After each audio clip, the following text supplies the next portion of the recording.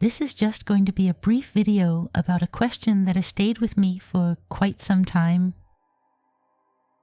And the images I am showing here are just different examples from various places around the world. They are not meant to match each sentence directly, but simply to illustrate this kind of landscape.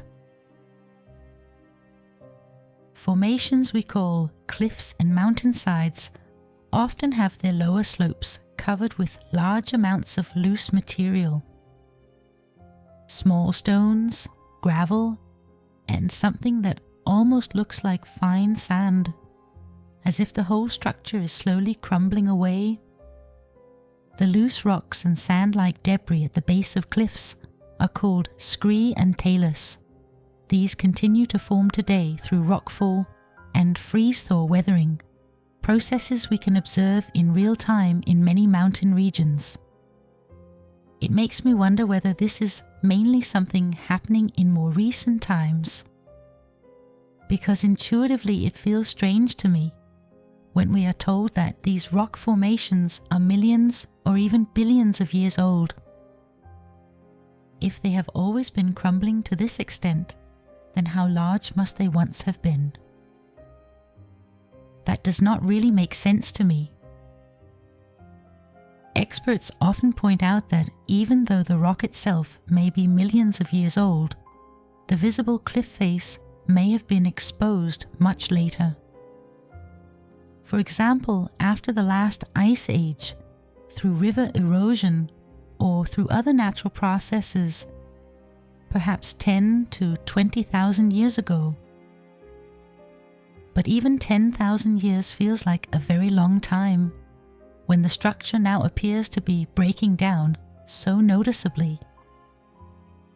So in some places, the amount of material gathered at the base can seem surprisingly large compared to the activity we observe today. The official explanation is long-term erosion. Frost, wind, water, and temperature, changes acting over millions of years, along with tectonic activity. The material at the base is described as crushed rock, gravel, and dust. And in some areas it is believed that part of it may come from earlier glaciers that ground the stone into fine powder.